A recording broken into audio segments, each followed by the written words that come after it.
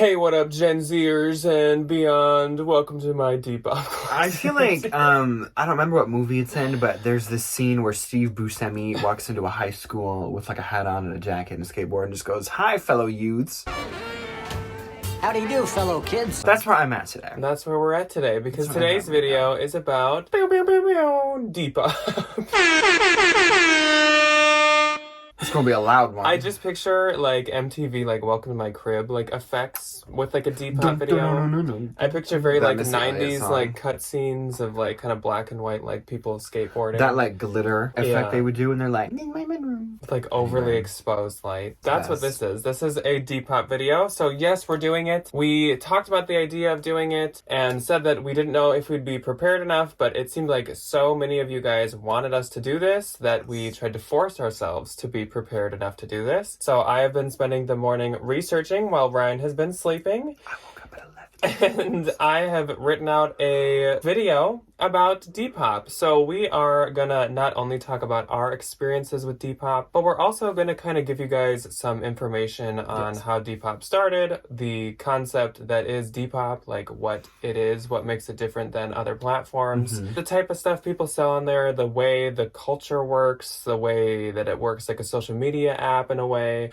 We're just gonna kind of talk about everything. I hope you guys enjoy this. I think it's gonna be fun. We've talked about doing a tradesy video basically like this for like 2 years. But like tradesy, I think is so dead. Like nobody needs to know anything about it because you're not gonna sell it. Tradesy's not as new, and tradesy is even kind of confusing to me, so that's why that's kind of still up in the air someday. Instead, we'll be doing DEPOP because that is the way of the future, the way of the children, of the youth. I love DEPOP. Yeah, DEPOP's fun. We are just gonna jump into it, and we both have kind of different points to hit on. I am going to start off, and I would like to tell you guys a little bit of like brief history on DEPOP. DEPOP. So DEPOP was founded in 2011, and it was founded by a person named Simon Beckerman. They had a bunch of funding, as new companies do. They like reached out to investors, and I'm sure it like sounded like a good idea because there wasn't really. Poshmark has always said that they're like a social media selling platform, but it is absolutely in no way the way that DEPOP is, which we'll get into that a little bit more later. But I think that was like a big part for DEPOP is how social media driven it was, and how it was like really focused on Gen Z and possibly young millennials. Yeah. Since the beginning, that's their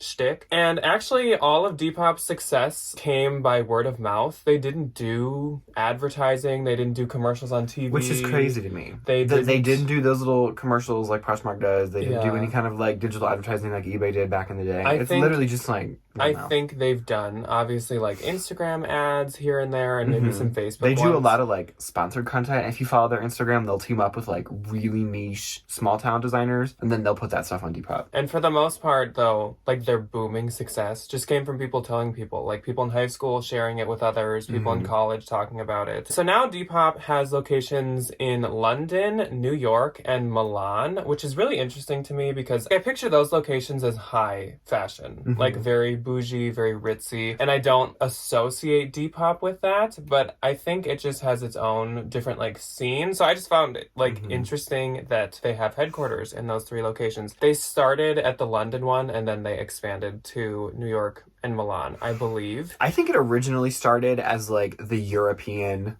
go-to platform to sell your stuff that isn't eBay, because I think like it came to the US not that many years ago, but I know for a fact that it's really popular still in Europe. In 2020, DEPOP hit its peak booming. I think DEPOP was already building steam though, so it might have just helped that people were at home, and so they listed more, and there was just more available on there. And then in 2021, DEPOP was actually purchased by Etsy, which I feel like a lot of people do not know, but Etsy does own DEPOP. It was the biggest purchase and acquisition Etsy has ever done. Like I said, in 2020, DEPOP was booming, so it wasn't like this little name that Etsy was purchasing. They were purchasing the big booming DEPOP. And Etsy, when they purchased DEPOP, said, "You're just going to keep doing everything how you did it? Like, we just own you now," basically. So DEPOP never changed at all or anything. Which is nice. Which is really nice. I think Tumblr and Yahoo, when Yahoo bought Tumblr, things changed. Like Jack Zach said Depop has this massive, massive focus on social e-commerce. And if you look at the app and you look at Instagram, they are so similar. It's just like a traditional grid style of photos. Self-modeling for Depop is also very, very, very important. Obviously, like, you don't have to do it. I've never self-modeled anything on my Depop, and I consider myself, like, you know, I do fine. But I think that just feeds into that, like, social thing. Like, if you see somebody on, like, Instagram wearing this, like, you want to go find where you can buy that top. It's kind of the same thing on Depop. If you can, like, show how you would style it, then somebody is probably more likely to buy it. But I think that's just kind of like a general rule of thumb for any reselling platform. They are very, very, very focused on reworked clothing. So like a really niche fashion student can go ahead and start like maybe a label or just make some like fun custom things for people to sell on Depop, which then feeds back into the self-modeling thing of like, if I'm going to make this, I'm going to show you how to wear it kind of a situation. They have a ton of repurposed stuff. They have a ton of really good, really fun vintage. People rework vintage all the time. They definitely take another page out of Instagram's book because of the hashtags. So as we all are very familiar, or if you're an avid social media user, Instagram hashtags used to be like the way that you would get the most amount of exposure. You could get seen by so many people based off of how many hashtags you use, what kind of hashtags. Depop is very similar in that way, but they only limit you to 5. So what I do whenever I list my Depop item is I do like 2 or 3 for like a decade. So if it's like a 90s piece, I'll do like 90s, like Y2K, 80s, and then I definitely try to incorporate some hashtags that are affiliated with the style or like the core of the item. So for example, if I'm listing like a lace floral cardigan, I would do hashtag 70s, hashtag boho, Y2K to kind of like appeal to as many different like markets as I can. And then I would do like cottagecore, granny core, just to kind of like cast a very, very wide net. Or if certain styles are really popular at the time, like micro skirt, you'd probably do that as a hashtag. Yeah, or like baby tee, mini bag. I do mini bag on all of my little small purses. And I think that is really indicative of the audience. So 90% of the users on Depop are under the age of 26, myself included. And I think like that's just how you shop by stuff, is you look up just like mini skirt in the traditional like Depop search bar, and then all the things underneath it come up based off of that search. So if you have that specific item hashtagged, then it's more likely to pop up. Depop is known as Gen Z's favorite reselling platform, which is not surprising. It's easy to use. It's extremely easy to use, which I really appreciate. I think since Gen Z has grown up using like Instagram, it's just very familiar to be able to shop like in a way that you're also using a social media app. Well, even when you go to list something, like the structure that you have to like pick all your options is set up like an Instagram caption. It's just a traditional bar with location services that you can pick where you're shipping it from, but it's built like an Instagram caption. Let's talk about how you actually like list and what is required when you list on Depop, because I think this really can separate it a bit from other platforms.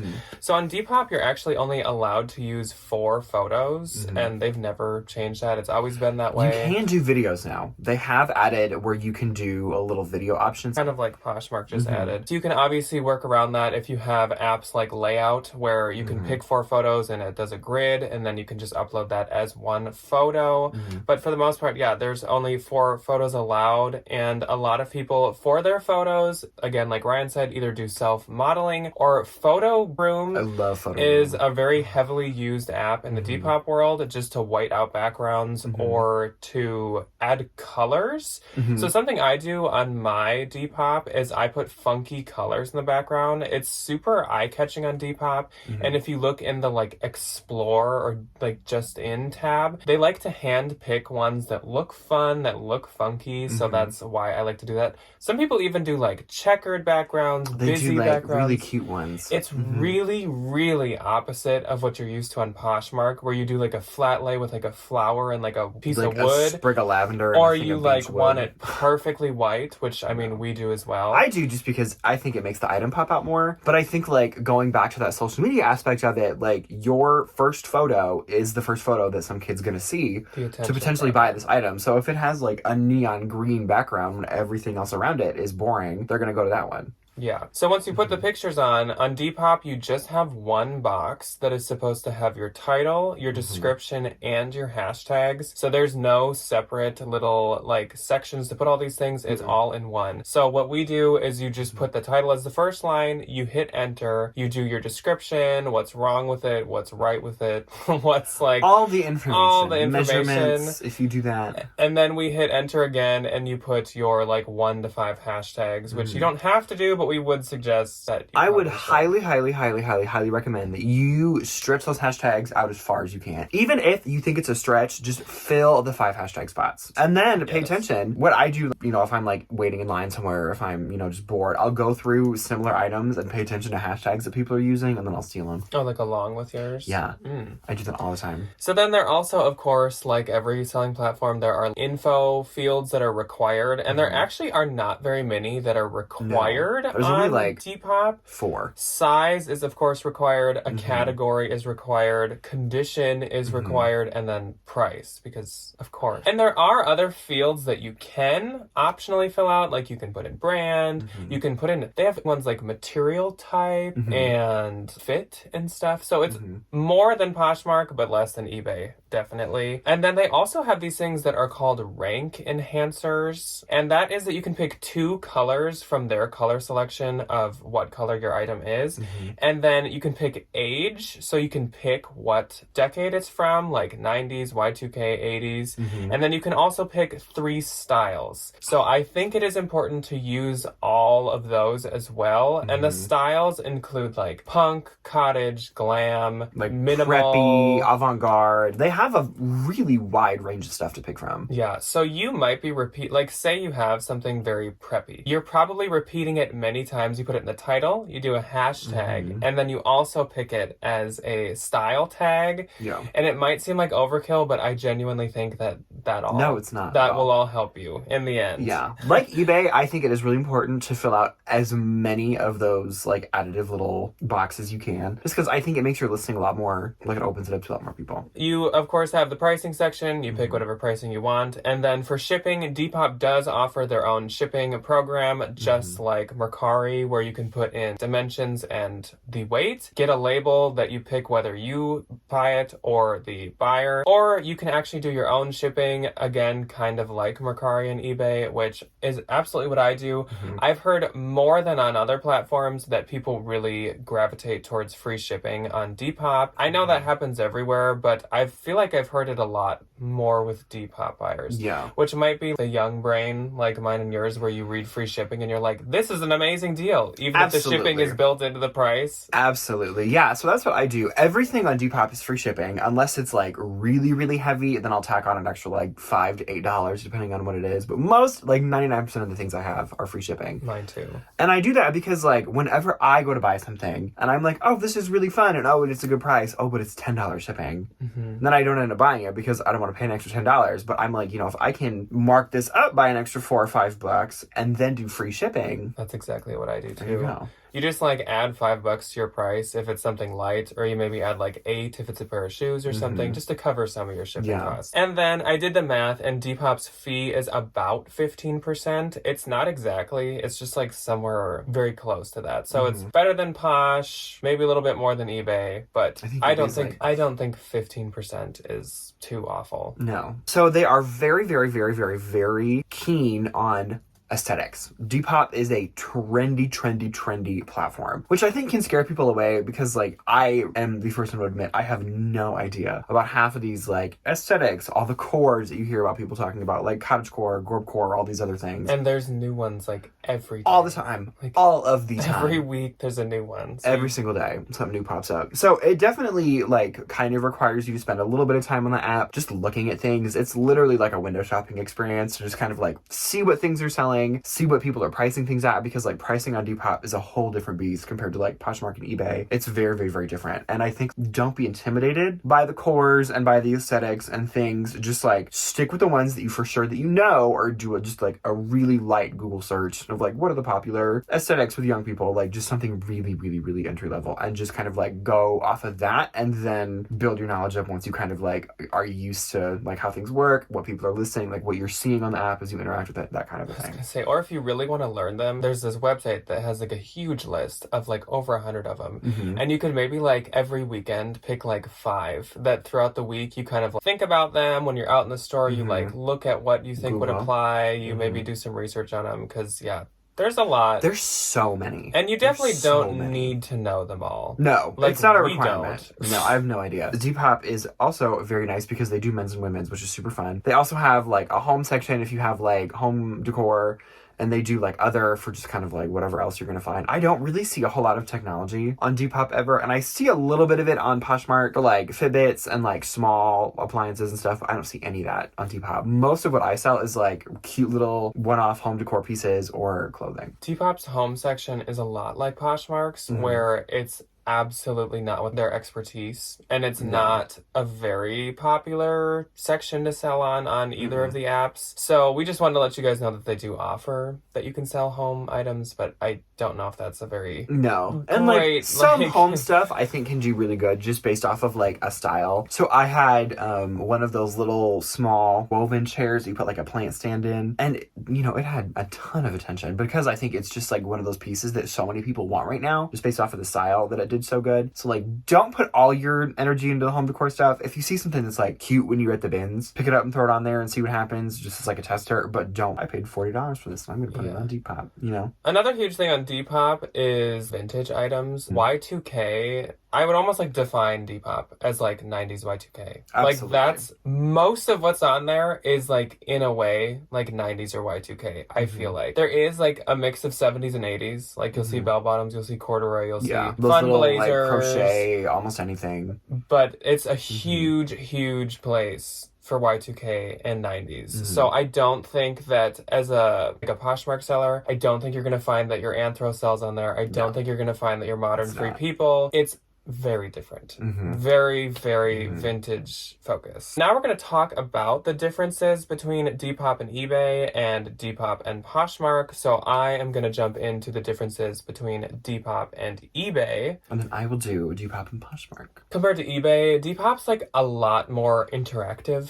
I feel like there's more messaging, there's more adding your own personal touch. You see the person selling, you see kind of like what they're into, you see pictures of them because they're modeling stuff. It's much more personal, and also it's much more curated than eBay. eBay, you see huge flagship stores that just have thousands of items and a bunch of random stuff. They're like stores, like huge stores. Whereas on Depop, it's sellers. It's very personal. The person is literally curating these things. That's why there's maybe higher prices than you could get somewhere else. They're putting in the work to model them. It's just very much more curated and thought out. It's also, of course, much younger person focused than eBay. I mean, all age ranges shop on eBay, but you're going to see more like moms and parents, more adults kind of defaulting to eBay. Or like people that like grew up with eBay. And obviously at this point, like eBay is a household name for every age. You could go up to your grandma and be like, I got this off eBay. And she'll say, okay. I know where that is. I know what that is. Does she know how to use it? No. Does she know what it is? Hopefully. But Depop, of course, is like younger focused. So there's things sold on there for younger people, and the people selling are usually like younger people. Again, a lot of self-modeling. You don't see like any of that on eBay. I'm sure there's a few. Same with Posh. Like there are some people that do, but not many. Very heavily done on Depop. There's less fields to fill out in your listings, which eBay's like the king of having a lot of fields so many to fill out. There's so many. I get it. Helps with search, but it's a lot. Visibility. And then Depop doesn't have any auctions. It's more like Poshmark where you list something and you can take offers, but there's no auctions, which of course eBay has. And then there is a lot less data for the sellers. There's no real seller hub. You can go to like My Listings or you can go to My Solds, kind of like on Poshmark. Yeah. But there's no seller hub that's like, in April of last year you did this, and in April of this year you did better. So there's not a ton of analytics, which I think is, again, speaking to the audience, like I don't know too many high school students that want to know their Depop analytics versus like traditional eBay sellers that are very like numbers based human beings. So like it kind of makes sense to me though. And I wouldn't say that's like a downside of Depop because only eBay really has that. Poshmark has like the bare bones of like seller analytics. It also doesn't really do anything. And then eBay has like a lot, which eBay has not everything you could want to know. Not everyone's into like looking into that, but just if you are into that, Depop doesn't really offer much for analytics. No. I will say one thing like eBay that is very not like Poshmark is if you get an offer from somebody on Depop, they have 24 hours to pay. Like eBay, like if I send an offer, I don't have to pay immediately. But on Poshmark, if you want to buy the item, like, you know, you have to have the money in the account when you go to send the offer. Also on Depop, there's no counter offer. No, it's reject or accept. Which is interesting. And then I think because they want you to message somebody and say, like, that's too low, but I can do, you know, whatever. So Depop and Poshmark, kind of similar, but also very different, much like eBay. Their social aspect is, in my opinion, much more effective. I think they know exactly what they're doing, and I think Poshmark tried to do the social aspect, but I think it didn't work out at all. The stories on Poshmark, which I don't honestly know how to use, and I don't really know why anybody would want to use it, versus Depop, I think it's just inherent. Like, I don't need to have a story because my Depop store looks like an Instagram account. Like, I don't need to have these weird little additive things because the app in and of itself is so closely affiliated with traditional social media that you just don't need to add any of those things. Depop does not have sharing, unlike Poshmark, which is kind of nice, but they do have these things called edit shares. So an edit share, it basically just like refreshes your item to the top of the search bar. If somebody's looking for like a specific brand or a style category, it just kind of does it periodically. You don't have to do them near as much as you do in Poshmark. I try to do them like once every couple of days. Once a day, you literally just hit edit on all of your items and you hit save. That's it. That's all it is. I think a lot of people don't know that exists or that can help you, because I know a lot of people say, like, I try to do everything, I do the hashtags, I whatever, like, I'm just not getting attention. I do notice if you do the edit share, which again, you literally just hit edit and do then, it when you're and like then waiting done. in line. Like, it literally That's takes it. 2 seconds. And it just goes to just edit it. Which is that super is a nice. big thing to utilize.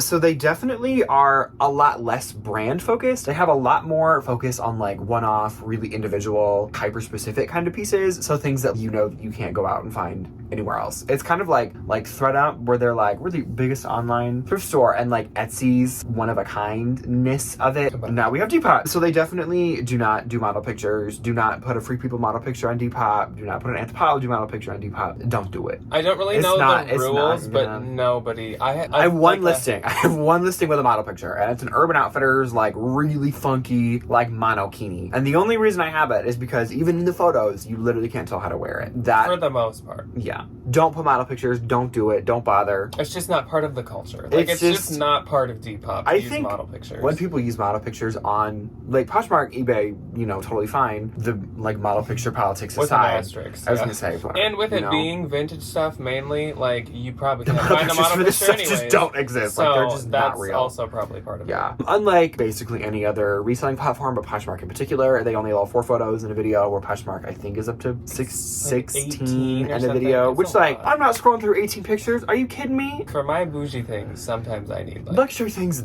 18. That's the exception. But unlike Poshmark, Depop does do worldwide shipping. So when I go to plug in my shipping, I do free domestic shipping, and then if it's like a t-shirt or something light, I'll just throw $25 onto the worldwide shipping to get it to where it needs to go. Obviously, if it's something heavier, I'll do more. I'm pretty sure I don't even have worldwide turned on, but it is an option. I just turn it on. I've never made any worldwide Depop sales, but I think, like, to me, it looks good for the algorithm if it's just on. But they don't. Have, like, a price. They don't have like the same eBay like global shipping program now. No. So it is like on I you. would ship it to whoever in whatever country. They do offer, Depop does offer a ship on your own option, which I absolutely love. It's amazing. eBay does too, but I honestly find it to be the same price if I were to like ship something through eBay versus ship something through Depop. So I use Pirate Ship for almost every one of my Depop sales. It's amazing. You plug in the address, plug in the weight, super easy to figure out, super cheap too, I find. And then you just plug in your shipping information and what shipping service you went with, and you just have to have a tracking number. That's super it. easy. Okay, so the wide world of Depop. That is kind of our Depop 101, I guess. This literally was like a crash course. It was, because we just don't have the time to like delve extremely deep on a super specific topic about this. We are ourselves still really like learning my small amount of information our way around Depop. So far, like we've said before, we both just find it like fun. It's very new and different. Obviously, as you've just found out, like it's very different than the traditional. And you can have a lot more fun with it, I feel like. I feel like the other platforms that we sell on, like mainly Poshmark and eBay, there's a very designated clientele base for that has like very easily obtainable like styles or like pieces or brands, like people like Anthropologie, Free People, like Lululemon, whatever. But it is kind of a lot more fun to be able to be like, I got this crazy weird neon old, green yeah. tube top and I'm gonna put it on Depop. It is kind of fun to just kind of Try take things. it off for a little bit and be able to put like really weird stuff Yeah, on the internet. and then you're still saving more things at the bins Yeah, that would exactly. normally be like, what is that thing? Put it Give on it a Depop. shot. Maybe Who it'll knows? sell. There's someone who probably has a quirky little interest. Yeah, absolutely. I sold a fish tie Yeah. the other day. For I sold a someone's tie prom. and they're gonna wear it to prom. Yeah. That is what we know bare bones about Depop. You Mm-hmm. can leave your questions below of maybe more specific things, Yeah. or maybe in the future, if we obviously do another Depop video, what else would you like us to cover? Did we completely miss some aspect? I really tried to kind of do a good like 101, cover it all, but not too deep. Cover your bases and then go. We give you the materials. Now go bake the cake.